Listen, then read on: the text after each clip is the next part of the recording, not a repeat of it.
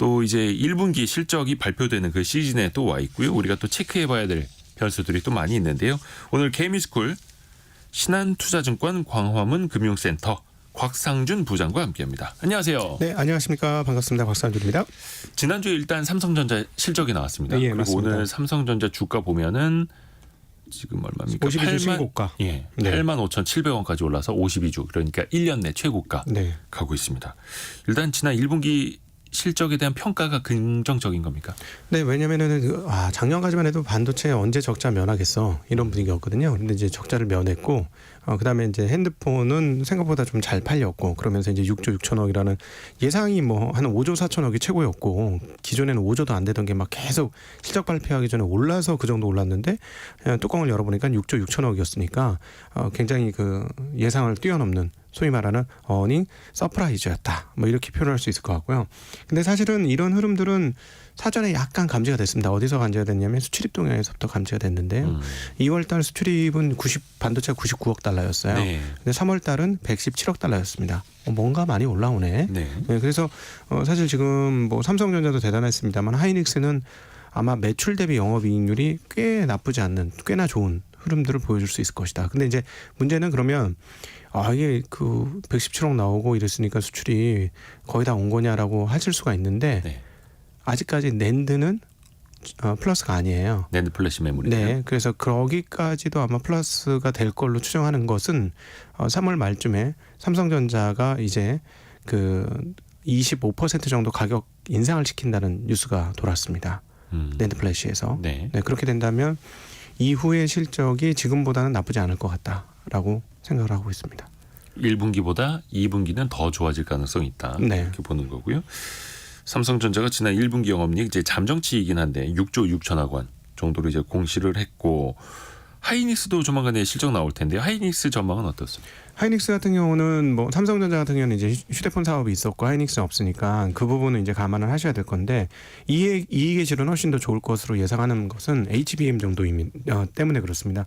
HBM이 대략 그 회사에서 밝히기는 10%대 두 자릿수대다 이렇게 얘기를 했어요. 그러면 저희들 추정하기는 한 15% 내외쯤 되지 않을까라고 추정을 하거든요. 네. 근데 이게 마진율이 굉장히 높습니다. 부르는 게 값이에요. 없기 때문에 아무도 공급을 해줄 수 없는 상황이라서 대략 뭐 비중으로는 매출 비중으로는 15% 내외밖에 안 되겠습니다만 이익 비중은 훨씬 높을 것이다. 왜냐하면 거의 마진 한 50% 가까이 가져가지 않겠느냐라고 예상하고 있기 때문에 하이닉스의 그 1분기 실적도 4, 4분기에 비해서는 상당히 많이 개선되는 그런 흐름들을 보여줄 것이고 그러니까 4분기하고 지난 4분기하고 달라진 건 뭐냐면 디램 가격이 드디어 오르기 시작했다라는 거예요.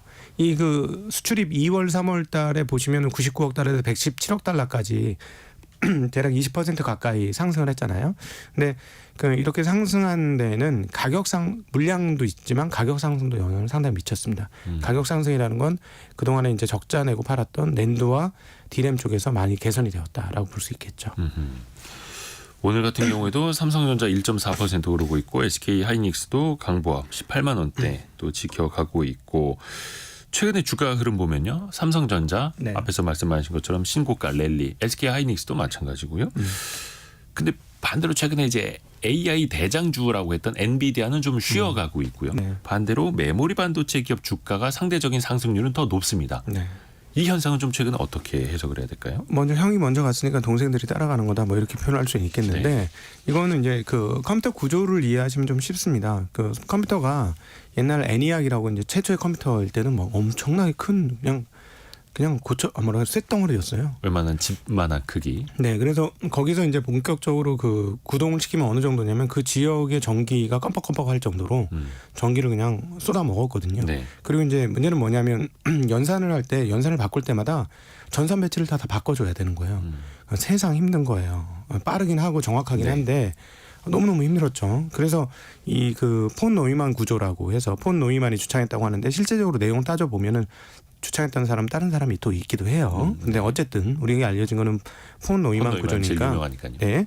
이 폰 노이만 구조가 뭐냐면은 지금의 이 형태 그 CPU와 메모리 그다음에 소프트웨어가 각각 따로 움직이게 만드는 그 구조고요. 그러니까 소프트웨어를 변경함으로써 전선 배치를 따로 옮기지 않는 그런 구조를 가지고 있습니다. 그런데 여기서 이제 CPU와 메모리를 서로 띄워놨죠. 그러니까 메모리의 저장 장치에 대해서 CPU가 갖고 와서 그 메모리를 읽는 이런 구조를 만들어 놓은 겁니다. 네. 그러다 보니까 뭐냐면 GPU, CPU가 한 축이고 메모리가 한 축이에요. 그래서 이제 한국 이제 반도체 하면 이걸 이제 뒤섞여서 짬뽕으로 생각하시면은 도저히 이해가 안 되는 거죠. 이 구분은 반드시 하셔야 됩니다. 그래서 그 GPU, CPU를 우리가 일반적으로 시스템 반도체라고 부르고 나머지 이제 D램, 낸드 이런 걸 메모리 반도체라고 만드는 거고 한국이 이걸 제일 메모리를 잘하는 거고 외국에 있는 우수한 소위 말하는 그 대형 업체들 엔비디아를 비롯한 퀄컴, AMD, 인텔 이런 회사들이 이제 그 그림을 그려서 만드는 CPU, GPU를 잘하는 거죠. 근데 문제는 뭐냐면 GPU, CPU 혼자 못 돌아가요. 이게. 그렇죠. 예. 그리고 그 초기 그 엔비디아가 난리 났을 때 GPT 3.5 나오고 나서 GPU가 난리 났을 때 초기 버전에서는 GPU를 상당히 많이 썼습니다. 근데 메모리 조금 덜 쓰고요. 근데 지금 와서 보니까 그 왜 그랬냐면 그 메모리를 못 만들어줘서 못 쓴 거예요. HBM의 공급이 충분하지 않았던 거죠. 메모리가 이제 못 따라가서. 그렇죠. HBM은 쉽게 얘기하면 D램을 8장 현재 거는 8장 겹쳐서 판매하는 게 HBM입니다. 네. 근데 이 HBM이 안 만들어지니까 충분히 못 따라하는데 요즘은 어떻게 되냐면 이제 이게 만들어지니까 충분히 달기 시작하는 거예요. 근데 어쨌든 공급 부족이에요. 네. 근데 사람들이 처음에는 GPU에 열광했죠. 왜냐하면 GPU 구조로 CPU에서 GPU로 변화되면서 소위 말하는 생성형 AI가 만들어졌고 그 LLM 모델에 적합했으니까 그게 이제 막 다 되는 것처럼 했지만 이제 보니 이게 구동을 잘하려면 GPU 성능에 따라서 그 HBM의 용량도 엄청나게 커져야 된다는 거예요. 그렇죠. 그러니까 그냥 기존의 D램을 쓸 수가 없는 거예요. 공간의 한계로 인해서 8개를 포개서 왕창 쓰는 것. 그리고 이것들의 연결을 어떻게 하냐면 예전에는 그냥 PCB 기판 위에다 올렸어요. 네. 근데 이제 그걸로는 안 되니까 쉽게 얘기하면 실리콘 기판 위에다 GPU하고 같이 얹는 거예요. 네. 그 이 서로 간의 그 전류의 이동 속도를 빨리 신호의 이동 속도를 빠르게 하기 위해서 우리가 이거를 우리 쪽 용어로 I/O 개수가 많다 이렇게 표현을 하거든요. 인아웃 개수가. 그래서 그것들을 많이 만들어주기 위해서 HBM을 만들었던 거고 이제 사람들이 아는 거죠. 아 메모리가 정말로 중요하구나. 그런데 주가는 안 올랐어요. 네. 그런데 앞으로 HBM이라든가 이런 메모리는 계속해서 증가할 것이다라고 생각했고 또 하나는 뭐냐면 이건 또 앞에 역사를 보셔야 되는데 2020년 코로나 사태 이후 다들 이게 경기가 이제 다 멈췄으니까 모든 게 안 되겠다 했는데 집에 틀어박혀 가지고 사람들이 맨날 PC만 보고 맨날 텔레비전만 보고 이러다 보니까 미친 듯이 팔린 거죠. 그 메모리와 가전제품 뭐 이런 것들 노트북 이런 것들이 그러면서 21년도까지 그랬고 22년도까지도 그랬습니다. 그러니까 실제로 메모리 업체들은 정말 폭발적인 이익 증가가 나타났어요. 그러다 보니까 그거를 그 수요를 다 감당하기 위해서 공급을 엄청나게 늘렸잖아요. 네. 근데 갑자기 코로나가 끝나고 리오프닝이 되자마자 사람들이 바깥에 나가는데 사람들 만나는 때 돈을 써도 이제 물건은 다 샀어. 돈 안 써. 이렇게 돼 버리니까 그렇죠. 절벽이 온 겁니다. 수요 절벽이. 네. 그래서 이번 절벽은 리먼 사태 이후 정말 가장 강력한 절벽이었어요. 뭐 그러니까 엄청난 적자가 났던 거고 그래서 공급을 확실하게 줄였고 이런 정도까지 공급 줄였다는 뉴스를 들었던 기억이 굉장히 옛날 얘기입니다. 그렇죠. 예. 지난해 이맘때 삼성이 이제 감산을 처음으로 공식화했었으니까요. 네. 그래서 뭐 그런 상황들이 왔는데 이제 지금 상황들이 없냐. 감산의 효과가 확실히 낮고 그다음에 이제 이거를 알고 있는 최종 세트 메이커들 즉 노트북을 만든다든지 디지털 디바이스를 만드는 회사들이 야 이거 지금 쌀 때 사놔야 돼. 이런 생각이 들기 시작한 거죠. 네. 그러면서 수요가 늘어나면서 이제 그 가격이 올라가게 된 거고요. 그러면 앞으로 가격이 더 올라가겠구나 이 생각을 하는 거고. 그다음 구조적으로 보면 AI가 이렇게 발달을 하면 AI 서버가 발달하는데 네. AI 서버 발달하는 건 발달하는 거지만 그럼 기존 서버는 안 발달할 거냐 또 생각을 해보셔야 돼요. 이거는 그냥 어쨌든 AI가 없던 게 생기면서 폭발적으로 증가하긴 했지만 다른 것도 시간이 지나면 메모리의 수요량은 그대로 늘어나게 되는 겁니다. 네. 근데 우리가 작년도에 정말 그 과거에 볼 수 없었던 공급 그 감산을 엄청나게 했기 때문에 여기에 대한 이제 수요자들의 쫓김이 시작이 되는 상황 아니냐. 그래서 저희가 보기에는 그 2분기, 3분기까지는 가격이 올라가면서 매출과 이익도 상당히 올라가지 않겠느냐. 근데 이게 어느 정도 수준이냐면 과거에 우리가 그 앞서 말씀을 드렸습니다마는 21년도, 22년도까지 굉장히 좋았다라고 네. 말씀을 드릴 때 그때 반도체가 역사상 최고치를 찍습니다. 그래서 그 22년도 반도체 수출액이 1,292억 달러예요. 1,292억. 그러니까 약 22년도. 1,300억 달러거든요. 자, 그런데 여기서 우리가 산수를 좀 해보실 필요가 있어요. 지금 늘어나고 있는 과정에서 3월달 수출이 반도체가 117억입니다. 여기서 12번만 곱해보시면 앞으로 1년간 반도체 수출이 과거 대비 어떻게 되느냐. 훨씬 더 많이. 네, 답이 높아질 수 나오잖아요. 있다. 답이 나오잖아요. 110억에 곱하기 12, 그러니까 120억에 곱하기 12에 보면. 네, 그러니까 역대 최고를 돌파할 가능성이 있다. 앞으로 향후 1년간. 가격도 좋아졌으니. 네. 그리고 HBM이라는 과거에 안 팔던 것도 팔고 있으니. 근데 삼성전자는 뭐 지금 당장은 아닙니다만 일정 수준 뭐 지금 그 뉴스가 나오는 거는 그동안에만 1년 뒤졌다. 하이닉스의 HBM 쪽에서 그런 네. 얘기 나오다 이제 한 1분기로 따라잡았다 이런 얘기 나오니까 아마 올해 후반부 그리고 또 내년부터는 HBM 관련 이익도 다시 늘어나지 않겠느냐. 그러면 내년까지도 매출과 이익이 상당하지 않을까라고 예상해 볼 수 있겠습니다.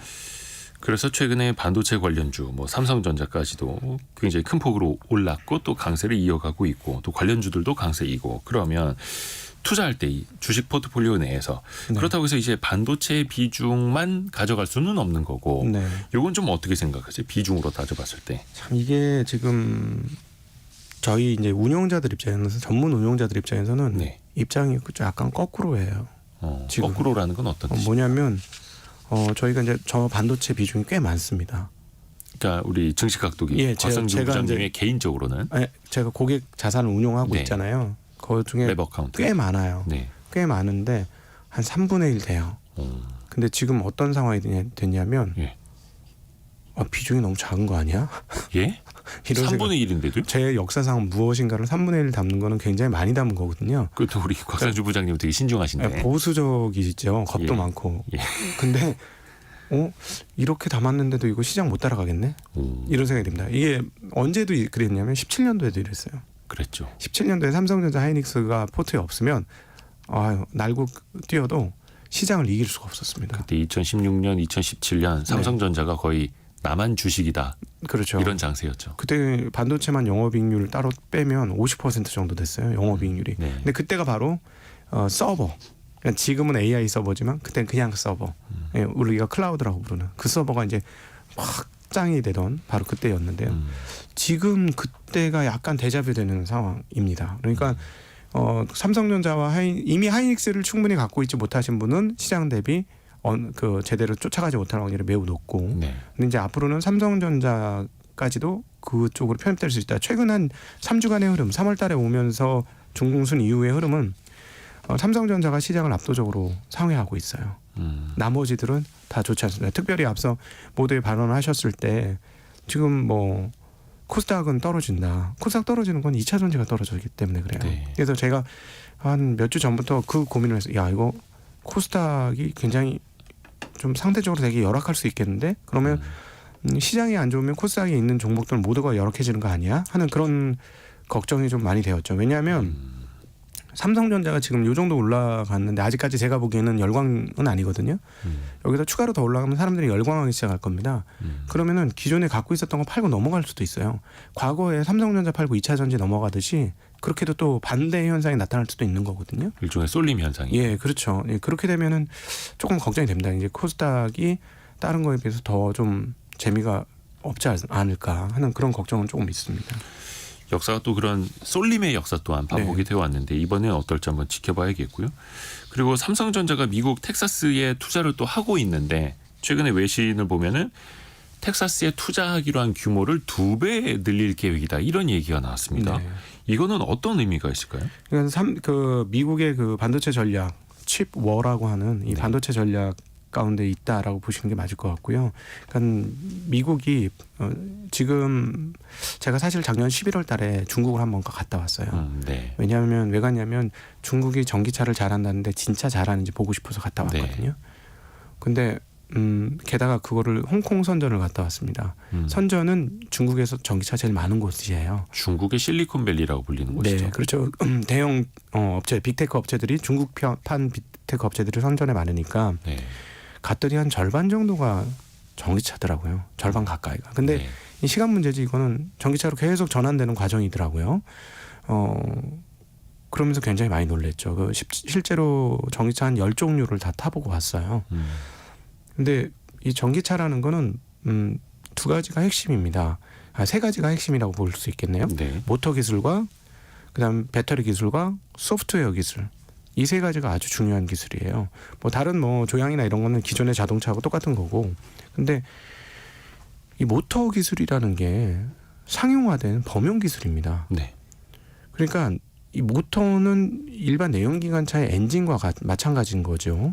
근데 기존의 내연기관에서는 중국이 도무지 다른 서양 업체들이나 선진 업체들을 따라갈 방법이 없었던 거예요. 네. 굉장히 어려운 기계 장치거든요. 그냥 그걸 못 따라가는데 모터로 바뀌었잖아요. 그럼 상황이 달라진 거예요. 동력 성능의 제한이 없어진 거죠.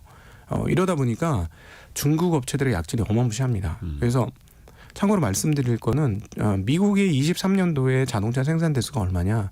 약 1,550만 대 정도로 추정하고 있습니다. 그럼 중국은 얼마냐? 거의 2배 가까운 2,700~800만 대. 누구는 3,000만 대라고 얘기해요. 네. 자, 그러면 과거에 유럽에서부터 미국으로 패권이 넘어갈 때 이 자동차 패권도 같이 넘어갔거든요. 네. 모델 T라는 포드의 이것들을 잘 기억하실 겁니다. 그러니까 이런 정도의 규모면 미국이 중국하고 가장 큰 뭐랄까 산업 주변에 영향을 미치는 자동차 산업에서 중국과의 경쟁에서 어떻게 될까 생각을 해보면 어떤 측면에서 산업 패권의 상당 부분이 중국으로 넘어간 거다라고도 저는 읽혔어요. 그 현장에 갔다가 오면서. 그래서 이번에 일론 머스크도 중국 차들을 그냥 가만히 놔두면 미국 자동차 업계가 고사될 수도 있다. 완전 네. 장악될 것이다. 또 이런 우려도 남겼죠. 그전에도 이런 얘기도 했죠. 10대 전기차 중에서 세계 10대 전기차 중에서 테슬라를 제외하고 나머지 9업체는 중국 업체가 될 수도 있다. 이렇게도 머스크가 얘기를 했어요. 가격적으로 경쟁이 안 되니. 네. 그러니까 미국 입장에서는 이게 중국을 그대로 놔둘 수가 없는 거죠. 네. 어떤 식으로든지 이게 옥죄야되고 잡아놔야 되는 상황이기 때문에 그 중에서 이제 가장 첨단으로 갈 수 있는 건 결국 반도체고, 그러니까 반도체를 중국을 안 잡아놓을 수가 없고, 그리고 자국에서부터 이것들을 세워야 한다는 강력한 뭐랄까요? 요청이 있을 수밖에 없는 상황입니다. 그래서 이런 흐름들을 반도체 업체들이 알고 있기 때문에 미국의 그런 흐름에 맞춰서 설비 증설을 많이 하고 있는데, 문제는 뭐냐면 TSMC의 회장께서 네. 모리스 창이 얘기를 했던 게 미국에서는 대만과 같은 퍼포먼스가 나올 수 있을까라는 얘기를 하고 있어요. 그래서 수율도 그렇고 생산성도 그렇죠. 그리고 여유 있게 사시는 분들하고 좀 뭐랄까 디사이플린이라고 그럴까? 그게 아주 체화된 동양 사람들하고 과연 같을 수 있을까 하는 그런 의문들은 있습니다. 그러나 어쨌든 미국의 강력한 요청들이 지금 이렇게 있는 상황이라서 이렇게 투자를 할 수밖에 없는 상황에 있지 않는가 이렇게 보여집니다. 최정희 님이 반도체를 국내에 더 집중해야 할 터인데 왜 미국의 공장 짓는데 더 진심인가요? 라는 질문 주셨는데 사실 그게 참 좋아서만은 아니죠. 네. 그렇습니다. 어쩔 수 없는 약간 이게 정치적인 배경도 좀 있는 거고요. 잠깐 이야기를 해주신 게 아까 자동차 이야기 잠깐 해주셨는데 우리나라 이제 현대기아차 있지 않습니까? 네. 오늘 현대기아차 주가 거의 한 4% 이상씩 5% 가까이 오르고 있네요. 최근에 여기는 이제 주주환원 이야기도 좀 이제 더 강하게 나오면서 주가도 상대적인 강세를 보이고 있는데 자동차 시장 전체적으로는 또 어떻게 보십니까? 그리고 현대기아차는요? 전년도가 너무 좋았기 때문에 전년도 대비로는 좀 떨어질 겁니다. 이번 1분기 실적 자체가 뭐 전년도 1분기보다는 좀 떨어지니까요. 근데 이제 조금 달라진 게 뭐냐면 전기차가 주춤하고 있습니다. 지금 전기차가 주춤하고 있기 때문에 내연기관들은 이게 이제 오래된 공정이기 때문에 네. 영업 마진을 잘 뽑을 수가 있어요. 이 자동차 구조의 특성상 어떤 게 있냐면 과거에 이제 그쪽에 있는 엔지니어한테 직접 들었는데 혹시 기억하시는지 모르겠는데 현대에서 만든 다이너스티라는 차가 있었습니다. 옛날에 2000년 초반까지만 하더라도 최고급 차종이었죠. 네, 그게 근데 굉장히 오래도록 만들어졌거든요. 예. 그래서 나중에는 만드는 쪽 이익폭이 어마무시하다는 얘기를 했어요. 이게 뭐냐면 한 번 금형 짜서 한 번 세팅한 자동차를 얼마나 오래 파느냐가 내연기관 자동차에서는 굉장히 중요한 이익 모델 중에 하나입니다. 네. 그래서 그 내연기관이 돈을 쓰는 거는 페이스리프팅뿐만 아니라 그냥 전면 그 전환하는 거 있지 않습니까? 네. 완전히 차를 신모델로. 신형으로 개발하고 이럴 때 돈이 많이 드는 거예요. 예. 근데 이제 내연기관은 뭐 엔진이나 이런 것들이 이제 이미 성숙사 단계에 들어와 있기 때문에 만약에 이제 전기차가 과거처럼 이렇게 올라오는 속도가 줄고 네. 내연기관차가 그대로 판매되는데 총 판매 대수가 유지되고 이렇게 된다면 내연기관의 마진은 상당히 유지가 될 겁니다. 예, 그래서 그런 측면에서 현대차 같은 경우는 그 전년도 대비로는 조금 떨어질 수 있겠습니다만 마진율은 상당히 방어가 되는 24년도가 될 가능성도 현재 추세면 있어 보인다. 이렇게 생각이 듭니다. 전기차 시장은 다 같이 주춤하는 거고 오히려 내연기관 쪽에서는 마진이 더 좋은 SUV나 고급 네. 차량이 팔릴수록 더 선방할 수 있는 거고 네, 그렇죠. 네. 거기에다가 또 주주 환원 네. 이슈도 또 있는 거고요. 이 부분 굉장히 큰데요. 현대차가 주주환원을 처음에 했을 때는 시장에서 콧방귀도 안 꼈어요. 안 믿었죠. 네. 저러다 말겠지. 그렇죠. 네. 그러다가 이제 그게 그냥 2년, 3년째 되니까 이제 사람들의 생각이 이거 진짠가요? 이러면서 바뀌었습니다. 그러면서 주가도 상승을 하는 그 모멘텀을 얻었고요. 이 부분은 한국 기업들이 조금 다들 좀 기억을 하셨으면 좋을 것 같고 그리고 이제 거래소도 꼭 좀 이 부분들을 염두하고 거래소에 계신 직원분들이 잘 사는 방법 중에 하나는 시장이 잘 되는 겁니다. 시장이 잘 되려면 거래소의 역할이 엄청나게 큰데요. 예를 들자면 요즘에 이제 본격적으로 그 주주 총회 시즌 아닙니까? 네. 이럴 때 뭐 전자투표제 거의 의무화한다던가 그리고 이 밸류업에 대한 인센티브 주거나 그렇게 조금 강제한다던가 뭐 이런 식으로 한다면 한국 주식시장 전체적으로 레벨업 될 가능성이 매우 높습니다. 일반적으로 지금 은행 금리가 3%대 정도가 나오는데 배당 평균이 보통 제일 많이 주는 회사들의 비율이 보니까 1% 정도대예요. 그러니까 사실 주식 투자라는 거는 위험을 좀 감수하고 하는 투자인데 뭐 은행이나 몇 군데를 빼면 대부분 1%대의 배당을 주기 때문에 시가 배당률 기준으로. 네, 시가 배당률이 그 은행 이자보다도 못한 거잖아요. 훨씬 더. 그러면 이거는 좀 아니지 않는가. 위험을 감수하면서 했는데 물론 이제 자금이 많이 필요하고 투자를 많이 해야 할 때는 다 줄 수는 없겠습니다만은 어느 정도 자리를 잡은 다음부터는 배당을 좀 해주는 게 저는 이게 기업들의 예의라고 생각하는데 이런 예의 있는 기업들을 만드는데 거래소가 좀 역할을 좀 많이 해주셨으면 하는 바람이 있습니다. 그래서 이제 선거 이후에 배당 소득세 또 좀 정부가 개편하는 것 아니냐 그런 카드를 좀 만지작거리고 있던데 그건 이제 나오는 정책들 한번 보고 또 평가를 해보겠고요. 네. 조금 상대적인 강세인 측면이 있는 업종이 있는 반면에 오랜 시간 좀 사람들을 힘들게 하는 대표적인 종목이 이제 2차 전지 배터리 업종인데요. 오늘 보더라도 2차 전지 배터리 업종이 굉장히 많이 떨어지네요. 에코프로가 7% 이상 급락하고 있고 LG 에너지 솔루션이 4% 급락하고 있고요. 배터리 업종은 장기간 좀 부진에 빠진 것 같습니다. 이거는 좀 어떻게 이유를 찾아보시고 또 전망은 어떻게 하시는지요? 대표 기업인 LG 에너지 솔루션의 실적을 보면 그 보조금 받은 걸 세금 혜택 받은 걸 빼고 계산을 해보면 실질적인 적자다. 지금 이것이 이제 LG 에너지 솔루션부터 해서 그 관련된 모든 기업들을 떨어뜨리는 이유가 되는데 저는 좀 더 근원적인 이유를 좀 찾아봤으면 좋겠습니다. 여기에서. 지금 작년도 이제 배터리가 엄청나게 시세를 줬고 IRA법 때문에 정말 더 큰 시세를 줬는데 그럼 왜 2차 전지가 그렇게 좋은 시세를 한번 줬었는지를 돌이켜보자는 거죠. 역사적으로 거슬러 올라가면 첫 번째는 보조금이 있었습니다. 네. 보조금이 전기차의 어떤 그 판매를 증진하는 가장 큰 효과가 있었고요. 근데 거기서 끝난 게 아니라 테슬라가 성공적으로 모델 3와 모델 Y를 출시하면서 판매량이 급증을 했습니다. 그래서 한때는 분기별 86%나 판매량이 증가할 때도 있었어요. 그러니까 어마무시하게 판매가 증가하면서 100만 대 이상의 회사가 됐고 많은 사람들이 와 전기차 이러면서 러쉬를 이루는 그런 동원을 제공을 했죠. 그러니까 이게 그냥 테슬라 혼자만 해서 문제가 아닌데 테슬라가 그렇게 치고 나가니까 내연기관들이 깜짝 놀란 거예요. 그러면서 우리도 이거 전기차 빨리 준비하지 않으면 도태되겠네. 이 산업에서 도태될 수밖에 없겠네. 이런 위기감이 있었고 그러다 보니까 모든 내연기관 회사들이 전기차들을 만들기에 여념이 없었습니다. 엄청나게 많은 전기차들을 쏟아냈고요. 그러다 보니까 쏟아내면서 앞으로 우리는 이렇게 많이 만들 거야라는 전망을 했습니다. 그러니까 당연히 2차 전지 업체들과 장기 계약을 할 수 있었고 장기 계약을 하게 됐고 그 장기 계약을 하는 규모가 정말 입이 쩍 벌어질 정도로 수십조 원 이상의 장기 계약들이 여러 건 터졌습니다. 네. 그러니까 그러면서 이제 배터리에 대한 기대감들이 한껏 올라가게 되었는데요. 문제는 이번 1분기 인도량에서 테슬라가 과거에 보지 못했던 인도량 감소가 나타났습니다. 그렇죠. 깜짝 놀랄 일인데요. 저는 감소까지 예상한 사람들 그렇게 많지는 않았습니다. 그러니까 성장률이 둔화될 거고 판매량 증가가 둔화될 거다. 증가율이 둔화될 거다. 이렇게까지는 생각을 했습니다만 감소? 이것까지는 생각을 못했는데 감소를 했고 그다음에 가장 큰 뉴스 중에 하나는 테슬라가 중국에서 그 공장 가동 시간을 감축을 했습니다.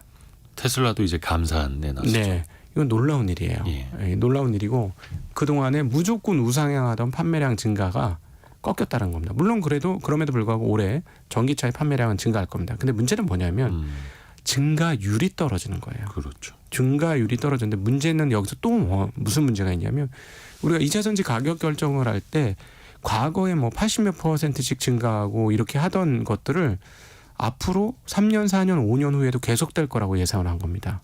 그러면서 현재 주가를 3년, 4년, 5년 후에 대한 기대감을 기반해서 가격 결정을 했던 거죠. 그렇죠. 근데 문제는 뭐냐면 이렇게 판매량이 과거 예상과 다르게 뚝 떨어지게 되면 우리가 미래에 있을 거라고 예상했던 이익 규모가 나타나지 않게 된다라는 거죠. 그래서 지금 충격을 받고 있는 것이다라고 보여주고 작년도에 그 3, 4년 후에 예상하면서 가격 매김을 했던 부분들은 어쩔 수 없이 충격에 노출되어 있다라고 볼 수 있겠고 반면에 한 가지 다행인 점은 뭐냐면 리튬 가격이 반등을 하기 시작했습니다.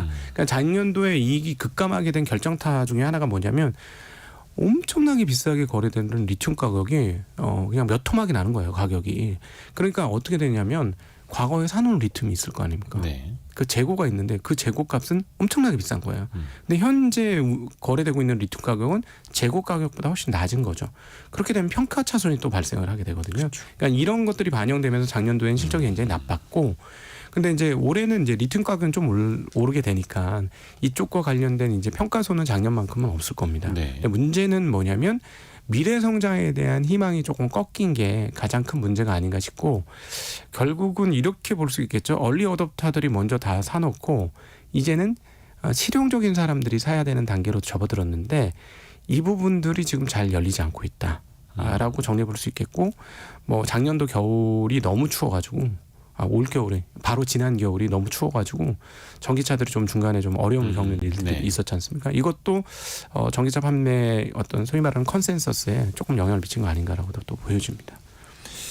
그리고 또 최근에 이 국제유가가 굉장히 많이 올라가지고요. 네. 이것도 이야기를 좀 해봐야겠습니다. 지금 WTI 서부 텍사스산 중진류는 한 $85인데 브렌트유하고 특히 우리나라가 주로 수입하는 두바이유가 배럴당 $90를 넘었습니다. 이 중동 지역 좀 긴장이 고조되고 있는데 물론 이제 유가는 전망하는 것 자체가 어렵기는 합니다만 그 배경하고 좀 같이 좀 살펴봐 주실까요? 저는 이게 조금 우리 그 미국 달러화 기준으로 좀 생각을 해볼 필요가 있을 것 같아요. 네. 최근에 이제 저하고 아주 친한 우리 이선엽 이사가 네. 미국에 다녀와서 만나서 얘기를 쭉 해봤는데 미국 물가가 진짜 장난이 아니에요. 그렇죠. 너무나 높습니다. 뭐 3명인가가 고기로 밥을 먹었더니 50만 원 나왔다는 거예요. 그래서 네. 거기다 또 팁도 줘야 되고. 네. 그리고 냉면 2그릇 먹었더니 8만 원 나오더라는 거예요. 그래서 이게 지금 문제가 뭐냐면 미국 달러 기준으로 모든 가격들이 너무 많이 올랐어요. 예. 그러니까 달러와 가치가 많이 떨어진 거예요. 따져보면. 네. 그래서 저는 지금부터 우리가 자산 투자를 하실 때 세상을 바라볼 때 달러 기준으로 한번 좀 바라볼 필요가 있지 않을까 하는 생각이 듭니다. 원화 기준이 아니라 달러화 기준으로. 예. 미국에 가면 연봉 1억? 서민도 그런 서민이 없는 거예요. 특히 이제 물가 비싼 지역에서. 예, 캘리포니아 같은 데 가면 물론 이제 뭐 중서부 이런 데는 뭐 시골 지역은 좀 전혀 다른 얘기가 되겠습니다만 실제로 막 1억 5천 이렇게 연봉을 받는 사람이 보조금 지급받는다는 거예요. 생활보호 대상자예요. 그 정도입니다. 물가가 그 정도예요. 그러니까 이건 무슨 말이냐면 물가가 올라왔다기보다도 달러 값이 좀 거친 표현이지만 똥값이 된 거죠. 거친 표현이네요. 네, 죄송합니다. 네, 그러니까 달러 값이 이렇게까지 떨어졌으면 자산 가격은 어떻게 될 건가 한번 고민을 해봐야 된다는 거예요. 예. 제가 2주 전부터 계속 이 생각이 드는데 어떤 느낌 드냐? 원자재들이 달러 가격에 눈을 뜬 거 아니냐 하는 생각이 드는 거죠. 네. 그럼 이렇게 되면 어떻게 되냐면 최근에 그 보우먼 미셸 보우먼 연준 이사가 얘기를 한 것처럼 미국이 금리를 잘 내기 힘든 상황이 올 수도 있습니다. 그러면 한국의 수많은 분들이 지금 채권 투자를 했거든요. 네. 그것도 장기채. 금리가 떨어질 거로 확신하고 네. 예상 외로 떨어지긴 떨어져도 떨어지는 폭이 생각보다 적을 수도 있습니다. 뭐 옛날처럼 이제 저금리 시절로 가기는 어렵다. 그렇죠. 그것뿐만 아니라 네. 생각보다 꽤 높을 가능성이 있다는 거죠. 로리 로건이라고 네. 미국의 그 QT를 관장하던 그 댈러스 연은 총재가 있습니다. 이번에 총재가 되신 분인데. QT는 양적 긴축. 네.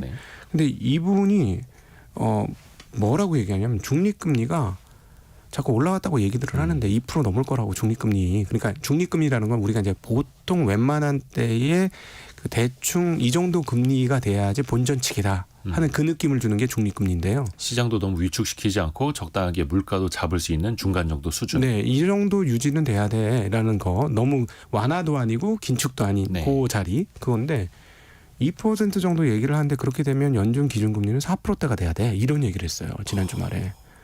그러니까 만에 하나 지금 이게 인플레이션이 심해서 정말 중립금리가 2% 정도다 이렇게 되면 이건 뒤집어서 무슨 말이냐? 연준의 기준금리가 4% 언더로 잘 안 빠질 수도 있다는 거죠. 근데 지금 채권 투자하시는 분들은 다 무슨 생각을 하냐면 당연히 미국의 장기채는 3% 중반 언더로 떨어질 수 있어라는 생각을 하고 있는 거예요. 네. 근데 여기에 이제 고민이 좀 지금 해야 되는 시점 아닌가 싶고 그리고 이 원자재 특별히 금값이 고점을 뚫으면서 사상 최고치를 계속 그렇죠. 기록하고 있거든요. 네. 이 부분은 이게 달러 약세에 대한 반응이 아닌가에 대해서 조금 앞으로 고민을 좀 해봐야 되고 지켜봐야 되는 대목 같습니다. 오늘 저희 경제상식 퀴즈가 원자재였는데 네, 뭐 금, 은, 동 네. 뭐 할 것 없고 거기 뭐 이게 두 가지 건 때문에 이게 딱 터졌어요. 뭐냐면 예, 예. 그 중국이 그 생산자 그 소비자 물가 지수가 플러스 났습니다. 네네. 네, 그것이 한 건이 터졌고요. 그다음 또 한 건은 뭐냐면 미국의 이제 제조업 활동 지수인 PMI 제조업 지수가 확장 국면이 50 이상 나왔습니다. 구매자 관리 지수가 네, 확장으로 그러니까 어떻게 보면 이제 경기 더 좋아진다. 네 경기 더 이런 신호를 좋아진다고 보냈다는 거죠. 중국도 50 넘게 나온 거예요. 그러니까 그 동안에는 중국이 디플레 가능성이 매우 높았기 때문에 원자재 가격들이 꿈쩍할 생각도 안 한 거예요. 왜냐하면 원자재 최고 수요자는 소비자는 중국이니까. 근데 중국이 확장 국면 나왔고 여기에다 미국도 확장 국면 나오니까 그때부터 원자재들이 눈을 뜬 그런 느낌이 나고 있습니다. 그래서 이 부분은 좀 관찰이 필요하고요. 원자재 가격이 이렇게 고공행진하면 연계해서 미국의 금리 인하 폭이 우리가 생각하는 것만큼 잘 안 나올 수도 있다라는 점도 지금부터 고민을 시작해야 되는 대목 아닌가 싶습니다. 이번 주에 이제 CPI하고 PPI 나오거든요. 소비자 물가 지수랑 네. 생산자 물가 지수. 미국 네. 나오는데 PPI가 만약에 높게 나오면 생산자 물가 지수가 높게 나오면 생산자 물가 지수가 나오고 몇 개월 후에 소비자 물가 지수로 반영이 되는 겁니다. 네. 그러니까 생산자가 만드는 물가가 몇 개월 있다 소비자 물가로 반영된다 이 말인데 그렇죠. 그러면 결국은 만약에 PPI까지 높게 나오게 될 경우에는 미국이 금리 인하하는데 굉장히 그 신중하게 될 수밖에 없을 것이다라고 보여집니다. 올해 안에 내리기는 할지라도 예상과 다르게 한 번 또는 두 번 이렇게 내려버리면 채권 시장은 조금 충격을 먹을 것 같고요. 제가 보기엔 여기서 이제 한 단계 더 미국의 채권 금리가 올라가면 이제 패닉 문이 열렸다. 채권 시장만에. 예, 그런 생각을 좀 개인적으로는 하고 있습니다. 거의 뭐 금리 인하가 물 건너가는 분위기처럼요. 그 정도까지는 아니 설마 그 정도까지는 아니겠죠. 근데 네. 또 일종의 뭐 연준 위원들은 또 그런 이야기를 하지 않습니까? 금리 인하가 필요 없을 수도 있다. 이렇게 또 굉장히 매파적인 발언도 또 최근에 나오고 있어서. 예, 지난 주말부터 그런 얘기 나오고 있습니다. 그렇죠. 네. 이 미국이 기준금리를 올리면 어느 정도 물가가 잡힐 줄 알았는데 물론 이제 8%, 9%, 7%, 6%이 시절보다 상당히 내려왔습니다만 네. 3%대에서는 굉장히 끈적끈적한 물가를 보이고 있고 또 원자재 가격은 또 계속 오르고 있으니 안심할 수도 없는 상황인 거고 한국은행 금융통화위원회가 이번 주 금요일 날 열립니다. 네. 어떻게 보십니까? 3.5%죠 우리나라 기준금리는. 물론 이제 미국이 못 내리고 있으면 그러니까요. 우리나라는 또 더더욱 못 내리는 건지. 네, 그 지난번 하는 총재께서 우리가 미국 연준에서 완전히 자유로울 수 없다 이렇게 말씀하셨는데 지금 연준 상황이 인플레이션이 너무 끈적거린다, 너무 안 내려온다 이런 상황이기 때문에 우리 먼저 금리를 내리기가 굉장히 쉽지 않을 겁니다. 그러면 금리 격차가 더 커지는 거고 그렇게 되면 환율에 있어서도 여전히 뭐 최근에 1,350원 하고 있는 상황이라서 아무리 수출입이 좋고 경상이 좋아지더라도 금리가 떨어지게 되면은 환율은 위쪽으로 올리는 요소가 있기 때문에 최근의 흐름 보면은 1,350원 내외에서는 그 한국은행이 좀 방어를 하고 있다는 느낌을 지울 수가 없거든요. 환율 방어를. 네, 그런 측면에서 위쪽으로 더 올리는 그 어떤 요소가 되는 금리 인하를 하기는 굉장히 어렵고, 그리고 지난번 금통이 있을 때 이후로 변한 상황이 거의 없어요. 그렇다면 뭐 소수 의견들, 그러니까 그 금리 결정하시는 분들 중에 경기가 너무 안 좋으니까 금리를 내리는 게 좋겠다 이렇게 얘기하실 분은 있겠습니다만은 금리를 내리자고 단호하게 얘기하실 분들은 거의 쉽지 않을 것 같습니다. 그래서 아마 똑같은 동결이 진행되지 않을 거, 그게 훨씬 더 높은 확률로 동결이 예상된다 이렇게 볼 수 있겠습니다. 근데 이제 금리 인하가 당장도 어렵고 생각보다 많이 내릴 것 같지 않다라고 또 시장은 보고 있는데, 그럼에도 불구하고 원자재를 비롯해서 증시 또 상대적으로 지금 강세인 현상이고, 그렇죠. 이거는 어떻게 봐야 되겠습니까? 앞에서 말씀하신 것처럼 네. 어떤 달러와의 약세, 네. 화폐 가치가 떨어지는 것, 네. 그리고 또 실적이 좋아지는 업종 위주로 이렇게만 좀 구분을 해봐야 될까요? 돈의 양이 많잖아요. 네. 그러니까 제가 이제 어디 가서 교육할 때 제일 처음에 하는 얘기가 뭐냐면, 현재 시중에 돈의 양이 얼마인지 일단 확인해라. 자산 시장은 거기에 따라 결정된다. 돈의 양이 결정하고, 그리고 돈의 양을 결정하는 건 금리다. 이렇게 얘기를 드렸는데, 지금 웃기는 게 금리는 정말 하염없이 높지 않습니까? 네. 예, 미국 뭐 기준금리가 5%가 훨씬 넘어버리니까 하염없이 높은데, 문제는 뭐냐면 지금 1조 5천억 달러를 긴축을 했어요. 양적 긴축을. 네. 미국이. 그런데도 여전히 7조 5천억 달러예요. 풀린 돈이. 예, 풀린 돈이 7조 4천억 달러 총통화가 연준의 총통화. 근데 이게 코로나 이전에는 얼마였냐면 4조 달러였습니다. 아하. 그리고 이건 뭐 여기까지 가면 좀 옛날 얘기긴 하지만 2008년도 리만 사태 전에는 8천억 달러였어요. 네. 어마무시하게 돈이 늘었던 거. 또 하나는 뭐 어떤 차이가 있냐면 2008년도 리만 사태 4조 달러 때까지 늘렸을 때하고 지금 9조 달러 때까지 늘렸을 때는 그냥 재정으로 쏟아부은 거죠. 그 리만 사태 때는 은행에다 돈을 빌려줬기 때문에 은행 안에서 해소됐어요. 네. 그리고 은행이 부실된 거, 그리고 부실이 커진 거에 대해서 메꾸는, 그러니까 쉽게 얘기하면 싱크홀처럼 땅이 파진 데 메꾸는 그런 돈이었고요. 이번에는 그냥 시중에다 돈을 준 겁니다. 돈이 돌죠. 왜냐하면 임금도 줘야 되고 물건값도 줘야 되고 하니까 돈이 막 도는 거예요. 그러니까 통화 성수가 굉장히 올라왔다라는 거고, 그래서 미국 경기는 지금 굉장히 활성화되어 있다라고 볼 수 있겠고, 그걸 가장 먼저 캐치한 게 자본시장, 자산시장이에요. 그렇기 때문에 가격을 먼저 올렸고, 시중 실물도 계속 그 뜨거운. 그래서 지난 주말에 보시면은 그 고용이 30만이 또 나왔지 않습니까? 네. 굉장히 뜨거운 수준이에요. 이 정도면. 15만 이상도 굉장히 나쁘지 않은 상황인데 30만이라면 뜨거운 상황입니다. 그러니까 오히려 미국의 신규 고용 증가자 수. 네, 그러니까 경기가 오히려 우상향하는 상황으로 바뀌고 있는 거예요. 너무 뜨거운 상황인 거죠. 네, 그러니까 이게 우리가 기존에 봐왔던 사이클이나 그 방식과는 또 굉장히 달라져서 예, 이 원인은 결국은 따져보면 시중으로 돈이 많이 풀렸기 때문이다. 이미 풀린 돈이 또 원체 많으니. 네, 그래서 지금 내 로리 로고는 어떤 생각을 하냐면, 여기서 긴축을 너무 세게 하면은 경기 깨질까봐 이제부터는 긴축 속도를 좀 줄이자 이런 얘기를 해요. 근데 한 달 전에 했던 얘기하고 엊그저께 했던 얘기하고 비교를 해보면 긴축을 하긴 해야 되는데 약간 톤이 약해졌어요. 왜냐하면 여기도 인플레이션 미국 나는 거하고, 그다음 고용 상황, 경기 과열, 경기의 뜨거움 이런 것들을 보면서 조금 이 긴축을 해야 된다고 생각을 했으나 생각보다 그렇게 급하지 않다라는 생각을 조금 하고 있는 것 같습니다. 네, 지난번 FOMC 회의 때는 분명히 긴축에 대한 이야기가 서로 간에 위원들끼리 오갔고, 네.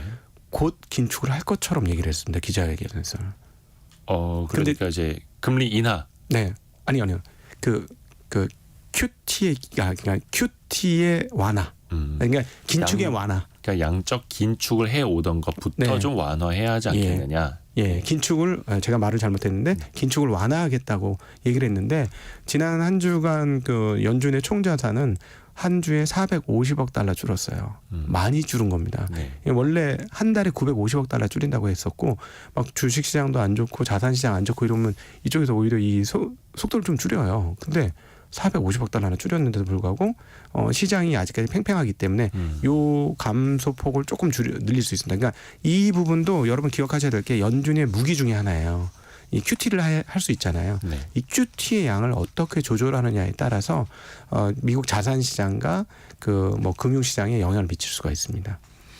양적 긴축을 하던 것에 대한 어떤 속도 조절, 네, 속도 우리가 또 유념해서 볼 필요가 있는 거고요.